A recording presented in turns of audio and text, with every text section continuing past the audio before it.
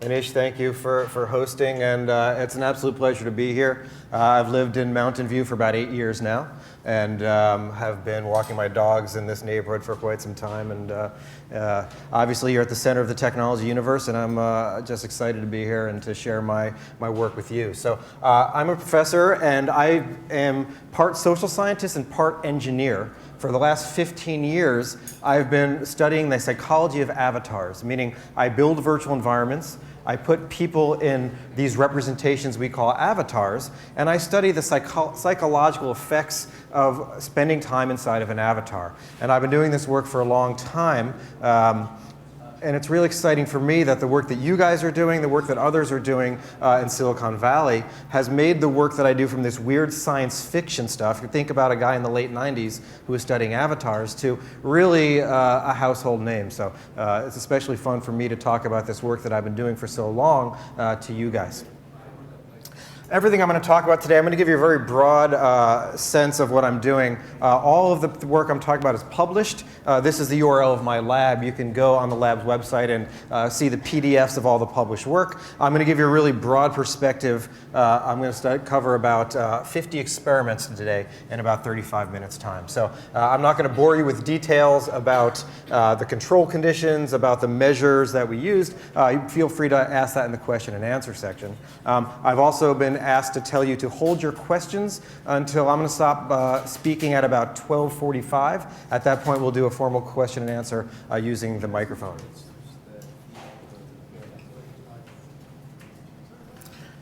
Okay, so the big question we're going to ask today is, when I'm in an avatar in a virtual space, there's certain rules in the physical world that govern all of social interaction. When you enter a virtual world, all of those rules are thrown out the window. So when you interact with a virtual version of someone, say that you're in Hangout in Google+, or you're Skyping, or you're in a place called Second Life as a virtual world, or a video game, you're interacting with virtual representations of other people. And the rules that govern face-to-face, my identity, how attractive I am, how tall I am, my gender, even my species, all of these rules can be thrown out the window. And what I'm going to do today is describe to you a world where social interaction is changed in a way that we've never really seen before as a human species.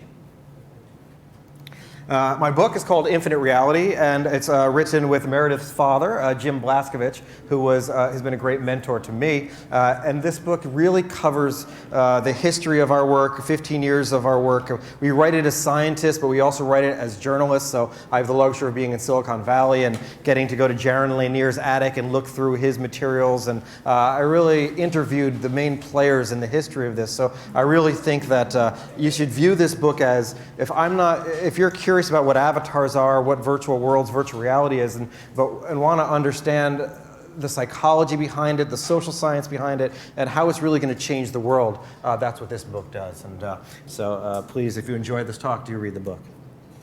All right, how many of you guys, show of hands, have worn a helmet and walked around virtual reality before?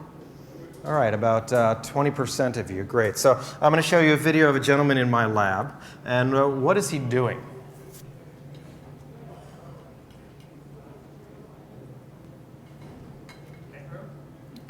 A tightrope is close. We're forcing him to walk the virtual plank. So what he's seeing when he looks down is the Wile E. Coyote type chasm with a rickety plank. And how does virtual reality work? The way virtual reality works is tracking and rendering. So we've got sensors in the room that are tracking the way that his head moves, where his legs are, where his body position is, where his head is turned. Physical cameras in the room track those positions. About 100 times a second, a computer senses his movement and redraws the virtual world to reflect that movement. So if he walks 1 meter in the physical world, the virtual world is drawn 1 meter behind him, so that every action is accompanied by a virtual reaction. That's all sent to some audio-video display. In this case, he's wearing what we call an HMD, a head-mounted display, and this cycle of tracking and rendering happens about 100 times a second. So he walks, the world is updated, and it feels very realistic as you're walking around. As you watch this guy, you can see he's feeling very high what we call presence, meaning he forgets that he's in the physical room as he's walking this virtual plank. To give you a sense, I've probably run over 5,000 people over this virtual plank in the last 15 years through demonstrations, through experiments. And on average, when you look at adults, that is people my age, the 20s, 30s, 40s, 50s, 1 in 3 people won't step within a meter of the edge of that pit. They'll see that plank and they just won't go there. It's really compelling. You're all welcome to come to my lab and do this experience. Stanford has rebuilt my lab. It's really cutting edge, and we do tours once a week on Fridays for the informed public. But what makes, I think, this book very relevant and timely, and also relevant to the Google audience, is that it's no longer, VR is, no longer for people with expensive labs at big universities. So Jaron Lanier, who is the pioneer in many ways of the field, who coined the term virtual reality, has said for decades, as long as you've got to wear crap on your head and have a dedicated room to run this thing, virtual reality is never going to be important. But what is virtual reality? We just talked about VR as tracking your motions and then rendering the world, drawing the world and showing it to you. And tracking your motions, a great team from Tel Aviv, a company called Prime Sense, using infrared cameras, has not solved this problem, but all of a sudden made tracking, made a leap, and by leaps and bounds we can now track very easily. So how many of you guys have used the Microsoft Kinect? Okay, only 3 or 4 of you. This is, if you have children or grandchildren, this is, they're all going to be clamoring for that this Christmas. Many students, kids have this in their homes already. This uses a single camera to track all of your body motions. So this, the hardest part about virtual reality, knowing what your body is doing physically, that used to require a room with zillions of cameras, is now in every living room in the country, or half the living rooms in the country. The Kinect is actually the fastest selling consumer electronic product ever. So everybody has this half of VR. The other half of VR is something we're calling auto stereo. This is something called a lenticular display, which gives you stereoscopic vision without you even having to wear glasses, such as when you go to the theater. So how many of you use the Nintendo 3DS?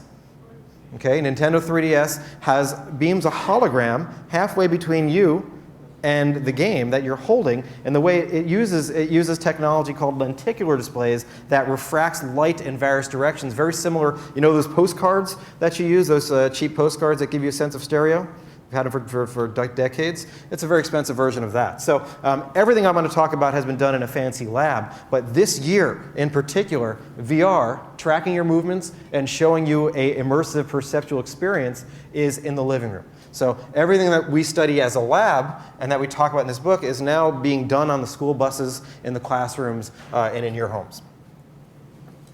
But I'm a social scientist, and I'm not a technologist as my primary field, and what I study is social interaction. So when you're a subject in one of my experiments, you come into the lab and we take 2 photographs of you.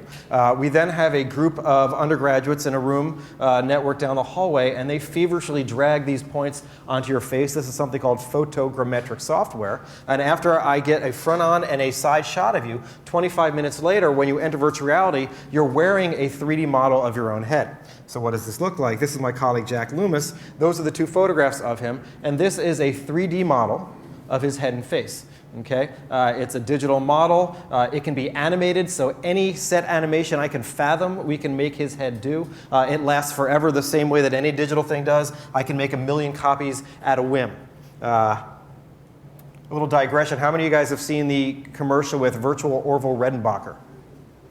When you're done with this, go to YouTube and type in virtual Orville Redenbacher, and you'll see that Orville Redenbacher passed away some years ago. His grandson gave permission to an advertising agency to use the hundreds and hundreds of minutes of video that they'd had from all these television commercials, hours and hours of video. They reconstructed a 3D model of him from beyond the grave. Orville now acts in commercials without having given permission to do so, because once you've built a virtual representation, it can do anything an animator can dream of. So Orville from beyond the grave is dancing around with an iPod saying, "This iPod is light and fluffy just like my popcorn, it holds 30 gigs. And it really raises questions. When I build your avatar, it lasts for longer than you do, and I have complete control over its actions. So one of the themes of this talk today is, in a world where I've built a version of you, what is that world like, and what happens when I've got a version of you that can do things that you don't necessarily do? And it's a really fascinating space as a social scientist, as a technologist. But it's not enough to make an avatar look like you. The avatar also has to behave like you. And what I'm going to show you here is software that we use that, without putting anything on your face, tracks your facial expressions. So this is the model I built in the previous slide. This is the real-time video that we get from a crappy $30 webcam, and this is me animating that model based on a computer vision algorithm that tracks 22 points on your face. We're deforming this model based on knowing what the face is doing. So you walk into my lab, we build this model of you from those photographs. 30 minutes later, when you enter virtual reality, you are being seen by others, not only with a model that looks like you, but literally expresses every facial expression that you're doing and captures all the nuances of your emotions. And it's a really powerful experience. I want to bolster the point about who is using avatars, because again, this used to be an academic question, but this is no longer an academic question. And what I really want to point you toward is this stat on the bottom. So my colleague Don Roberts from Stanford studies children and media use. He did a study with the Kaiser Family Foundation that was published last year. He presented this to Congress, and he surveyed kids' media use. So kids between the ages of 8 and 18 are spending, on average, outside of the classroom, almost 8 hours a day consuming digital media. Of those 8 hours a day, 1.25 hours on average are spent using avatars in video games. Okay? To put this in perspective, the amount of time they spend looking at print is 38 minutes a day. Okay? So they're spending over 3 times as much time in an avatar as they are reading newspapers, books, everything combined. So the idea of the question of what do avatars do to society is no longer one that we need to think about in terms of the future. Our kids are living, breathing, and eating digital media all day, and a lot of these are spent wearing these avatars, which can be very different from them. Why is this important? Some time ago, we developed this theory of transformed social interaction, which is not a new idea. A lot of these ideas have been taken from science fiction novels. It's as old as humans, this idea of behaving. But in the physical world right now, what I do, you guys see. So if I make a social blunder, I make a bad facial expression, I curse by accident, I trip and fall, what I do, you guys see. When we're interacting via avatars, let's revisit how virtual reality works. The way that it works is that I take I step a meter forward. In my system, it tracks my motion. My computer automatically sends you that I've moved. And then on your computer, you've got a version of my digital model. You draw me in a different location. So the idea is I perform on my end. My computer sends you high-level information about the nature of that behavior. You draw it locally on your end. And that happens hundreds of times a second, and it happens with you guys too. So if one of you guys yawn, your computer senses your mouth opened, sends that to my computer, and I draw you yawning. That's fundamentally different from a video conference, because in a video conference, all you're doing is sending pixels over the network. So whatever I'm doing, you capture that image, and that image is automatically sent in a non-smart way over the network. Is that difference clear? Why is that important? Because it allows transformed social interaction. Instead of seeing the actual Jeremy, you will see an optimized, strategically transformed version of me that has been chosen specifically to accomplish some conversational goal. So everyone in this room can be seeing a different version of me, one that I've chosen because it's going to help me sell you guys books. Okay? And that sounds very abstract now, but I'm going to make it, I'm going to now take you through lots and lots of empirical examples that should convince you quite robustly that this is something we need to think about. So I first want to talk about me transforming my avatar to influence other people. And the first study that Jim Blascovich and I did in the late 90s deals with what we call augmented gaze. So as humans, we've known for a long time that eye contact is important. As psychologists for the last 100 years we've run experiments looking at this, and other than me poking you in the chest physically, me looking you in the eye is the most important nonverbal tool I have. It makes your heart beat faster. It makes you listen more to what I say. It makes you remember what I say. It makes you more likely to look back at me and to speak to me. We know from tons of research that eye gaze is important. But in the physical room, I have a problem. So right now, there's about 65 of you in this room, and I can only look at each of you in the eye for less than 3% of the time, 2% of the time. I can look at you all in the eye, but only one at a time. In the virtual world, it's free for me to send all of you varying information about where my eyes are pointing. So it could be the case that as I'm giving this talk, every single person in this audience could feel as if I was looking just at you and perceive me giving the talk in that manner. So to test this idea, we brought in 3 people, we put them all in virtual reality, and this guy randomly gets assigned to be the teacher. These 2 guys get assigned to be the learners. Unbeknownst to the teacher, who's looking, trying to do his best to look at both of them, we've taken his head movements, and each one of these guys sees the teacher looking at him for 100% of the social interaction. Okay? Why did we do that? The answer was it was the late 90s. I'm not a fantastic programmer, and this was the easiest thing we could think of. So I always like to say with the programming on artificial intelligence, we start with something really simple, and we examine the social effects. So if an algorithm that was so dumb, which is simply make this guy stare at both people the entire time, if that works, then you can imagine what an algorithm that added a little bit of noise or only looked at you if you weren't talking to them or did it for only 50% of the time. So what does this look like for the learners? The learners are, imagine that I'm giving this talk and the entire time that I'm talking, everything I say, I'm looking right at you for this whole time. You can imagine this is a strange social interaction, right? So the way that we run experiments is we typically we'd bring in triads, we'd bring in 100 triads, and we'd examine their behavior. We've now replicated this study 4 separate times, hundreds and hundreds of people, and we get 4 things consistently. The first thing that you get is people can't stand this. Okay, they're extremely uncomfortable. Humans rarely look at each other for more than 7 seconds ever unbroken, and that's typically if you're intimate with someone. So these are people that during a 20-minute lecture got stared at the entire time, and people are not comfortable at all with this. However, not a single person has ever detected that it's not real gaze. So no one has said, that guy stared at me the whole time, but I think it's because it's computer gaze and not real gaze. Not a single person has ever thought that. So you don't like it, but you think it's real. The third thing that we get is attention. So if I'm a teacher, if I'm a salesman, if I'm a politician, if I'm trying to get a message to you, half the battle is getting you to listen. And with virtual reality, one point I want to return to toward the end of the talk is whenever you're in a virtual simulation, everything you do is tracked, meaning recorded.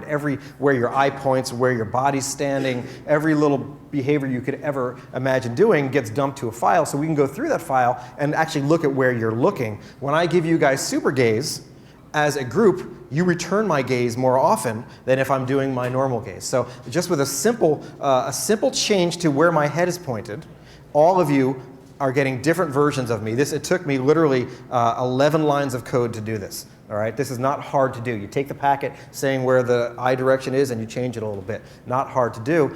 We're changing where you're looking, where you're pointing your head. But the fourth thing, and the most important thing we get, is social influence. So in this experiment, we designed a survey that Stanford students had to sign when they left, which was very unpopular. If you are caught on Stanford's campus without your identification, you're going to get in trouble.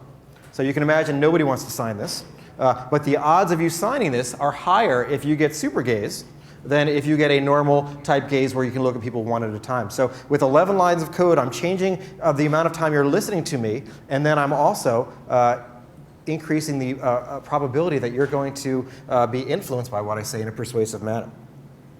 Next line of studies is called digital chameleons, and this takes a powerful idea of mimicry. A woman named Tanya Chartrand in the late 90s ran a very famous psychology experiment. She had subjects go into interviews, and the subjects either mimicked the gestures of the interviewer. So if the interviewer crosses his legs, then the subject would cross her legs. If the interviewer, if she leans forward, then the subject, he would lean forward. So he just told people face to face to go in and to mimic the gestures of the interviewers. Nobody consciously recognized the mimicry, but people who went in and mimicked the interviewer were more likely to get the job than people who didn't. So one of the overriding themes of social psychology is people love themselves, and if you can subtly manipulate that, you are more effective. So that we said, wait a minute, how does virtual reality work? VR works because I'm sending you information about my behavior so that you can draw me locally on your machine doing it.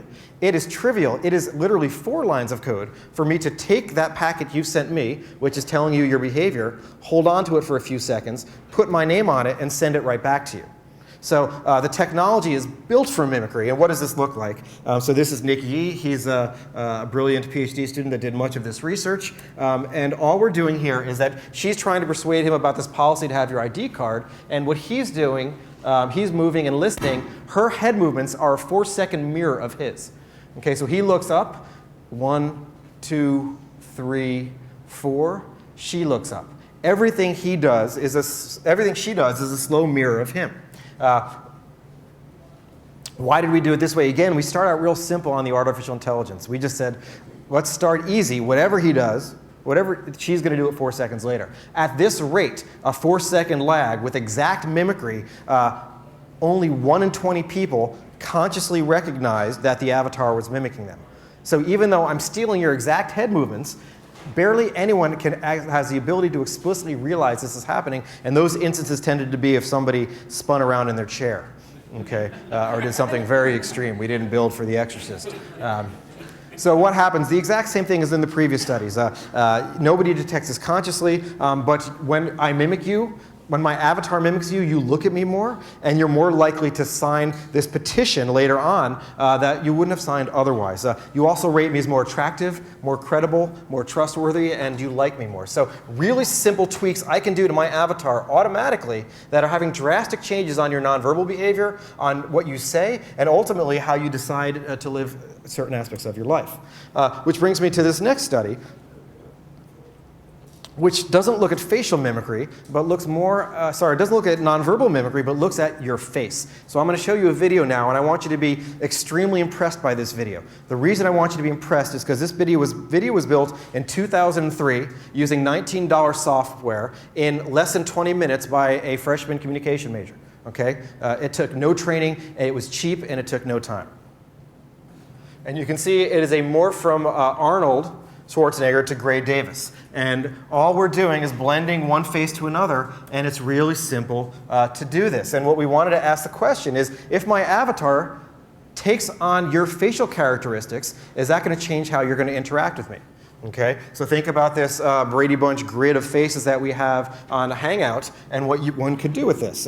What do I know about if my face looks like, if your face looks like mine from the social psychology literature? If you look more like me, you're more willing to buy something from me.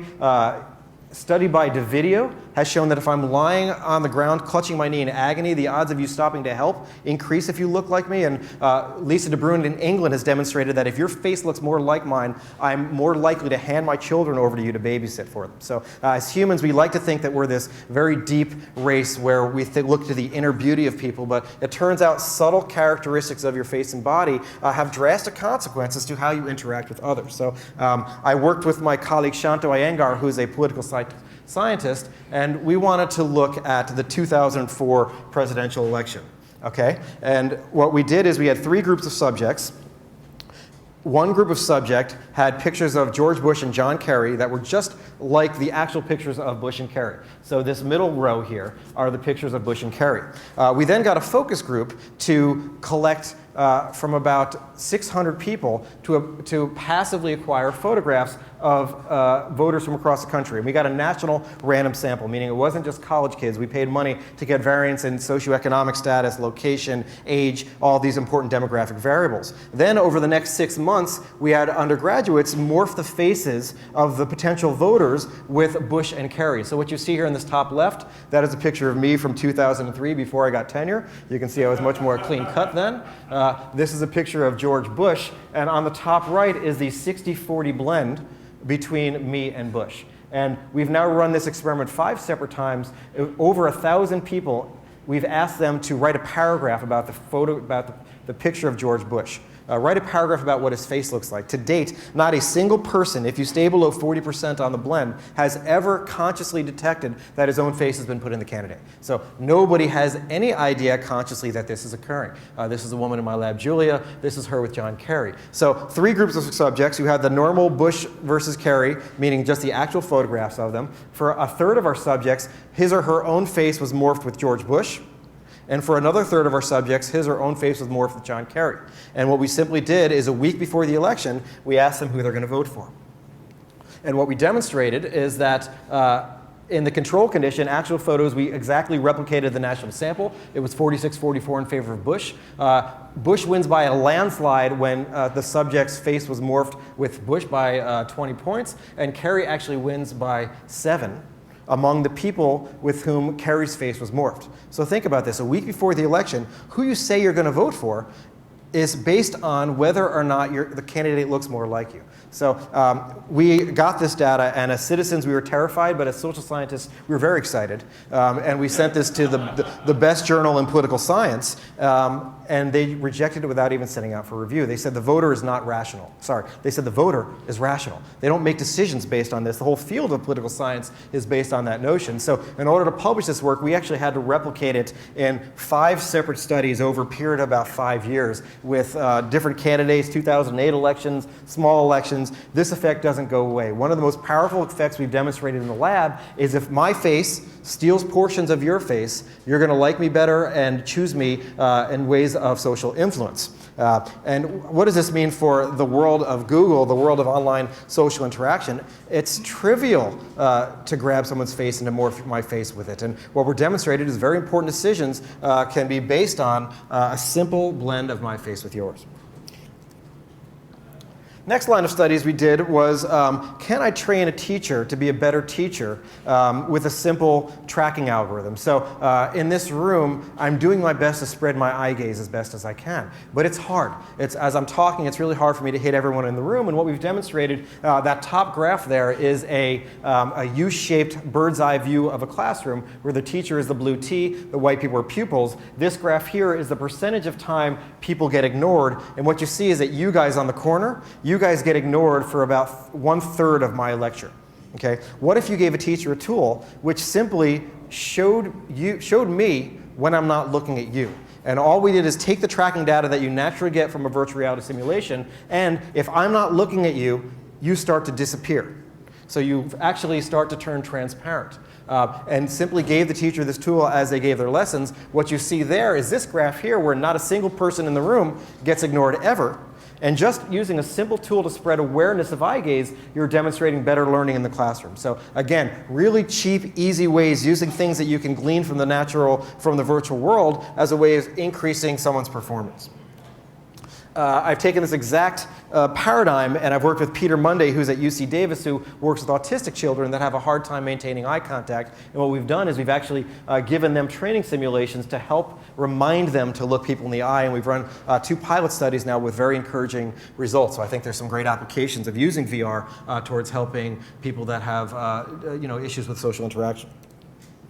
All right, I've talked a lot, and hopefully I've convinced you that I can use VR, my avatar, to influence you guys. That there's things I can do that are going to make you more likely to agree with me. What I want to do now is take the question, well, what happens to me? So we now all understand that I can influence you guys, but when I'm changing my avatar, what are the implications to me? How does that affect me? And that's a separate line of studies I want to talk about now. So the paradigm here that we use here is a stranger in the virtual mirror. So as typical subject, we'll walk in the room, and we're tracking his motions as he walks around. This is kind of an old virtual world, but it's good to get you a sense. This is Nick Yee. He's looking around. He walks up to a virtual mirror.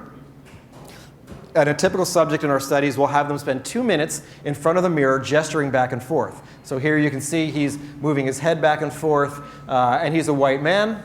He now is going to bend down and lose his mirror image for a second. We track all of his movements, and he pops up, and he's now a woman of color. And the question we ask is, if I change your identity in a virtual world, do you come to embody the social category of your avatar compared to the social category of yourself? So can you use an avatar, or does an avatar change your identity? A small point of diversion here. You guys heard of the game World of Warcraft? It's a video game where you have avatars. The average player of World of Warcraft is in his late 20s. How many hours a week do you think he plays?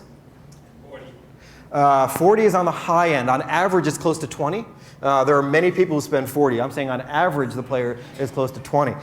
So think about, I put someone in this for about 90 seconds. A World of Warcraft player, he's spending about 20 hours a week in an avatar that could be a different gender, it could be a different species. There's all sorts of things that can transform about this. So this idea of your virtual self being very different from your physical self is a common one. So in our typical experiments, you've got the subject. he walks up to the virtual mirror and sees himself in the mirror as something, and I'll talk about what that is in a second. He turns around, and then there's another person, the C, we call that the confederate. He's part of the study, and he has a set script that he talks to the subject about. So the idea is I'm the subject, I look in the mirror, I see myself differently, I turn around, and then I talk to someone else, and that I think that other person sees me with a new feature. And that sounds very abstract, but let me talk you through one of them. So the first study that Nick wanted to do was attractiveness. Again, we think as humans as this enlightened species, but it turns out that if you're good looking, you're more extroverted, there's lots of changes in your behavior. Being good looking does change lots of psychological attributes that people have, but in the virtual world, beauty is free. So everyone can be good looking. And so Nick wanted to ask, if I make you attractive or unattractive in the virtual world, how does that change your behavior? And what he did is a study where subjects walked to the mirror, they saw themselves in an avatar that had been carefully chosen to be either one standard deviation more attractive than average or one standard deviation less attractive than average. Keep in mind this is very subtle. It's not as if not a single person has any idea they've got the good looking one or the bad looking one. All of this is working on a subconscious level, and it's all, no one's told they're in a good looking or a bad looking avatar. The confederate then says to the subject, come on over here. Come over here, I want to talk to you. And the first thing we measure is how close the subject will stand to the confederate. When you have a good looking avatar, you will step a meter closer to the confederate than if you've got an unattractive avatar. Okay? So at the fundamental way of how you space yourself in public spaces is changed by a very subtle tweak to your avatar. We then tape record everything that you say in a 20-minute discussion with the confederate. We take those tape recordings and we mail them off to nonverbal judges who are trained in actually detecting how personable you are by your voice. When you have an attractive face for only 2 minutes in a mirror, you speak more personably, you reveal more information about yourself. So a tiny tweak to your avatar is changing how you interact non-verbally and what you say. In the next study Nick ran, he looked at height. So in the physical world, the United States, height is correlated with income. It's also correlated with confidence in situations. A very depressing study out of the University of Chicago got back-end data to online dating. And it turns out for men, for every inch you are under 5'10", in order to get the same number of hits as a guy who's an inch taller, you have to make an extra $30,000. So you can actually put a price on height in the world of online dating. But again, in the virtual world, height is free. And so what Nick did is he had the subject either be 10 centimeters taller, very subtle, nobody knows this consciously, or 10 centimeters shorter than the confederate. He then had them do a money splitting game called the ultimatum game, which is a task used by economists, a standard way of gauging economic performance. When I'm 10 centimeters shorter than you, again, I don't consciously realize this. This is a very subtle effect. No one actually is perceiving the height difference in an explicit way. When I'm 10 centimeters shorter than you, I'm 3 times as likely to lose the negotiation than if I'm the same height or taller than you. This also occurs independent of your physical height. So regardless of my physical height, it's my virtual height which is changing my behavior. So real economic ramifications of a tiny tweak of your avatar's height. All these studies, by the way, I know they sound a little bit out there. They're all published, and just about every one has been replicated more than once, meaning when we tried to publish it, the reviewers say, are you sure? And they make us go back and do it again. And yes, we're sure. These are really powerful effects. The big question everyone asks is, okay, that's fine. But you know what? I'm not spending my whole life in avatars. What happens when I leave? So with the attractiveness study, Nick ran a study where a follow-up where you were attractive in the virtual world. He then takes you out, pays you for the study, walks you down the stairs, and you're about to leave the building. And right as you're about to leave, another graduate student runs up to you and says, wait. I've got to get 10 more subjects for my dissertation. If you fill out this questionnaire for 5 minutes, I'll pay you $20 or $10. Everybody does it. No one has any idea it's related to this study. And the survey is an online dating form, and part of it is choosing people you think will go out with you. So you're people with whom you think you've got a shot. And half an hour later, if I had a good-looking avatar, the confidence that you got from that actually changes who I'm going to pick. So this experience in the virtual world doesn't stay there. It changes, at least for half an hour, in this instance, who I am outside. With the height study, Nick did a very clever manipulation where you were taller or shorter than the avatar in the virtual world. He took the helmets off of you, and then you met each other on chairs designed to ensure that your height was exactly the same, and then repeated the negotiation and got the exact identical result. So this hierarchy that was formed from a height differential extends face to face, and you still lose a negotiation. So very powerful in that sense. I want to shift now, and I want to talk about a different phenomenon that deals with the self, and I call this Vasia.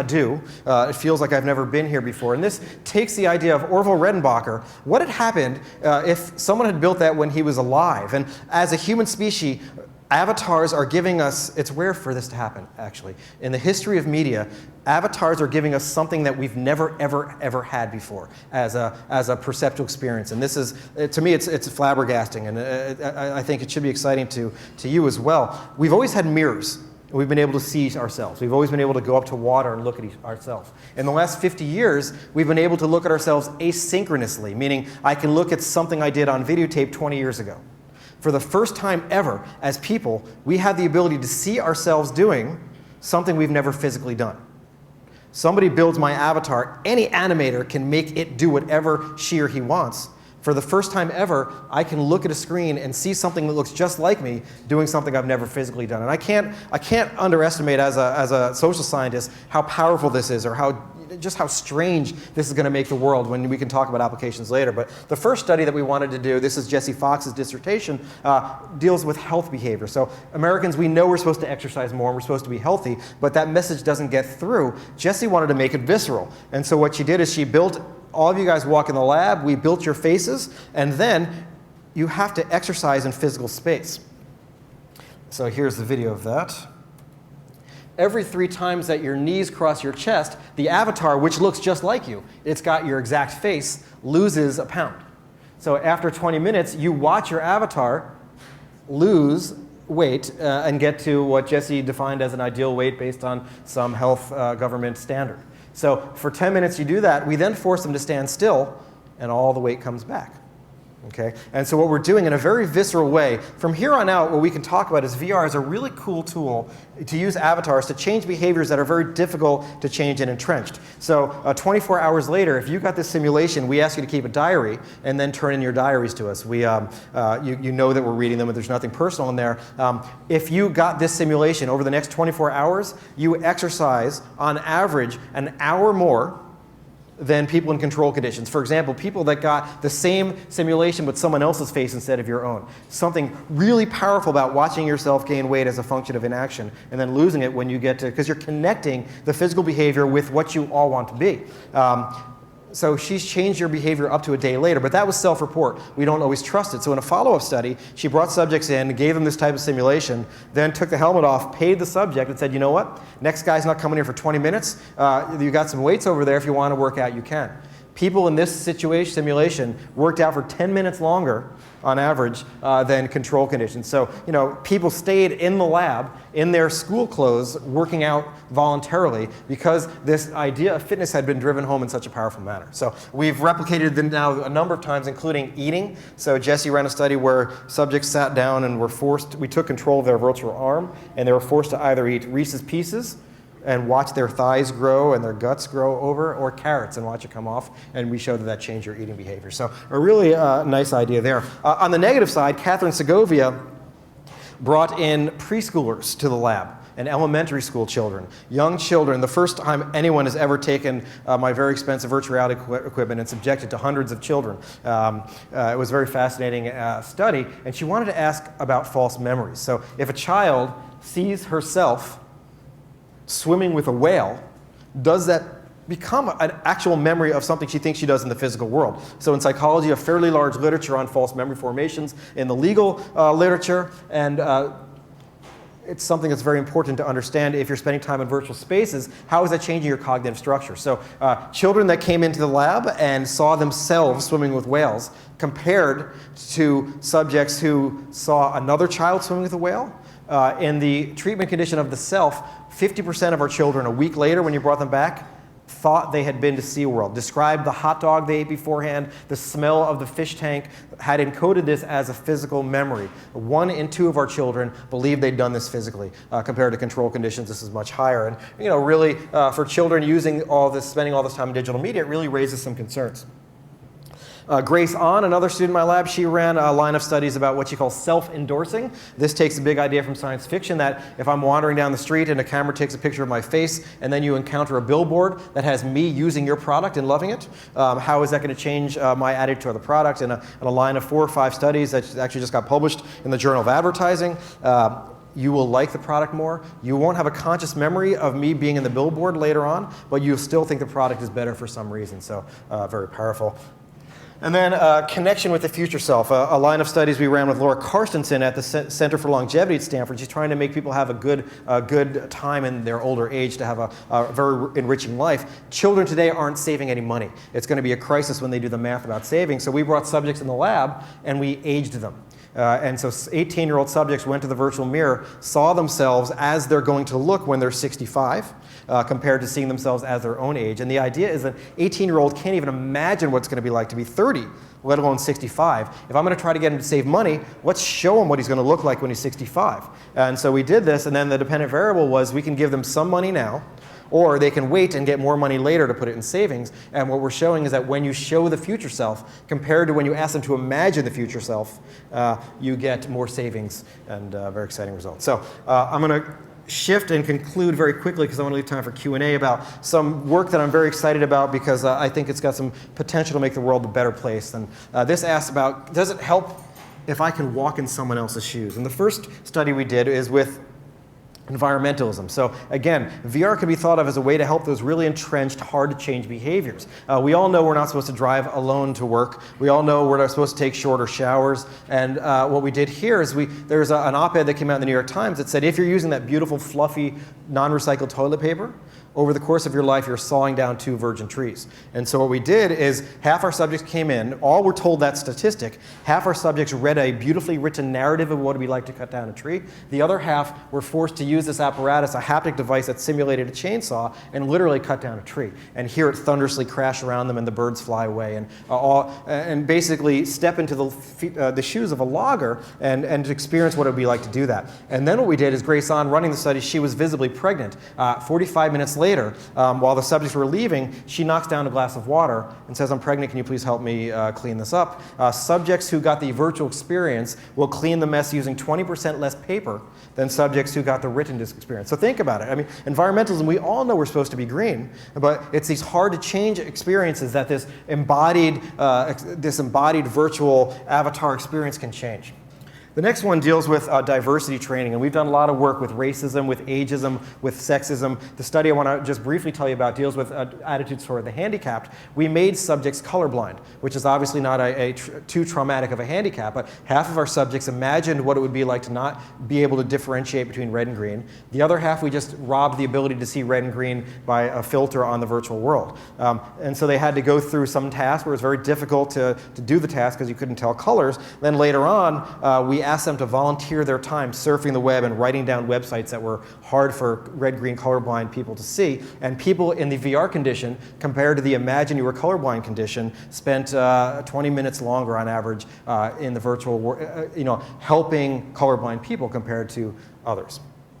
Let me conclude. Avatars can be more human than human. That's actually a chapter in our book, really talking about how avatars can not make me as good a teacher as I am physically, but a better teacher. And it's a really special, cool ways that we can make the world a better place. And immersion is going to be a game changer. I mean, if people are spending so much time online right now and it's a flat 2D screen, what's going to happen when we're literally immersed in the content and we see everything perceptually, everything feels real, which is what we're moving toward. And finally, ethics are a great thing to talk about. I mean, all these things can be viewed as deception. If I'm transforming my avatar, I'm really hiding in some ways who I am, and all this stuff may not be worth doing. It's a really fantastic ethical debate. So I would love to get at least 13 minutes of your questions, and thank you for your attention.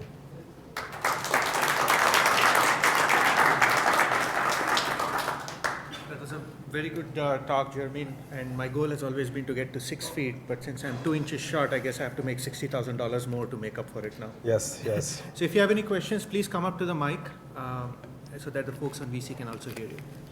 So I have a question about several of the experiments. I can remember mirroring and face blending. Their subjects are fairly unsophisticated in the techniques that can be created in a virtual world.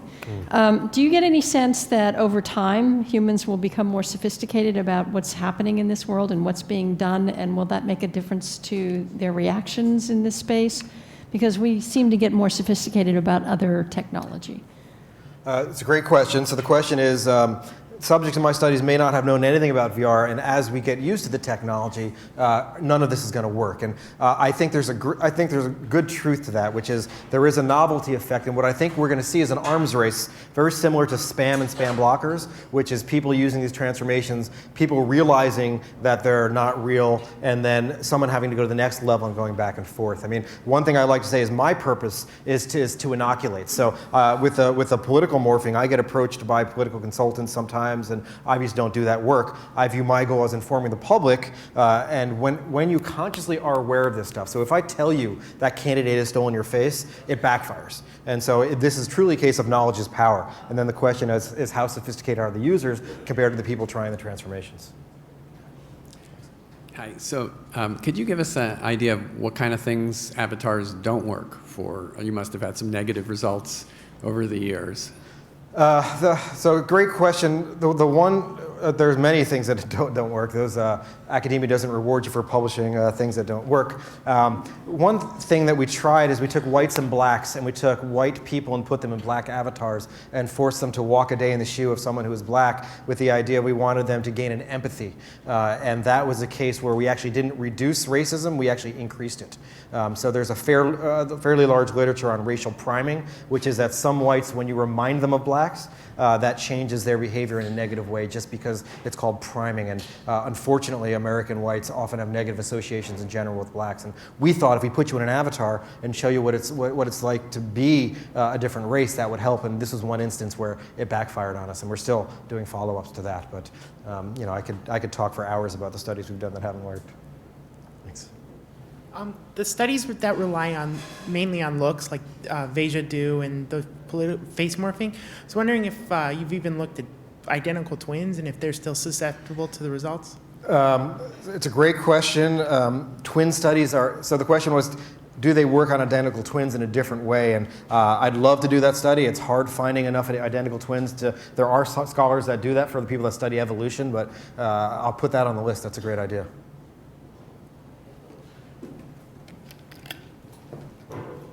So you talked about the trade-off between real inches and real money. Have you thought about virtual money versus virtual inches and all those other possible permutations of that? The question is, have we thought about how these things deal with virtual money as opposed to real money? And my colleague Jim Blascovich likes to say that, quote-unquote, real money, US dollars, are supposedly a stand-in for gold. Right? So a currency, by definition, is a representation of something else. But we have looked at specifically Linden dollars in some of our studies and found similar effects. But great question, thanks.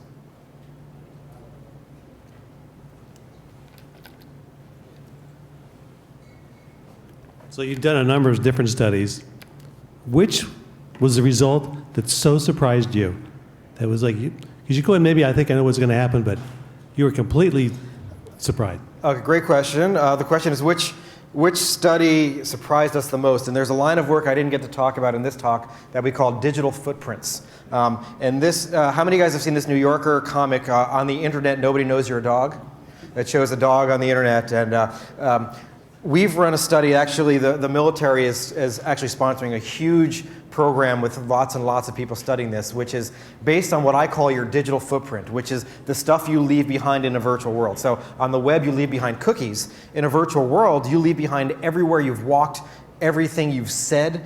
So in this online world, Second Life, you can record everything everybody does. You know, who they're standing next to, if they're flying or walking. And we've run studies now where, I ran a study where I took 80 Stanford students, they spent 10 hours a week in Second Life, and they wore these buttons that recorded everything they ever did in Second Life. But I also knew who they were in the first world. They were my students. I knew their gender. I knew their age. I knew their GPA. I knew their major. I knew they filled out personality metrics. And what we then did is we used something called machine learning algorithms, which are statistical methods where you can correlate data with a right and a wrong answer. And what we did is we said, well, can I use the digital footprint, this massive amount of data? We were collecting this on a second basis. Think about this. 80 students, 10 hours a week, every second collecting about 50 parameters about what they're doing in the virtual world. Can you take all of that data and find me some pattern that I can detect a man from a woman? So can how you walk in Second Life, does that tell me your gender or your age? And what we demonstrated with extremely high accuracies, much higher than I thought would be possible. I can tell a lot about you, your personality, your race, based on things that we thought were anonymous. So the joke is, yes, you may think that on the internet nobody knows you're a dog, but it turns out we know you're a dog. We know quite well. So the internet, and in virtual worlds in particular, had this illusion of being anonymous, right? You think that everything, it's not me, it's an avatar. But it turns out the digital footprint you leave behind in a virtual world is more damning in many ways, or more, depending on your point of view, more wonderful than any face-to-face encounter could be. Because there is a record of every single behavior done by every person. Whereas face-to-face, I can do something embarrassing, but I can lobby later on for all of you not to tell anybody. But in the virtual world, that doesn't work.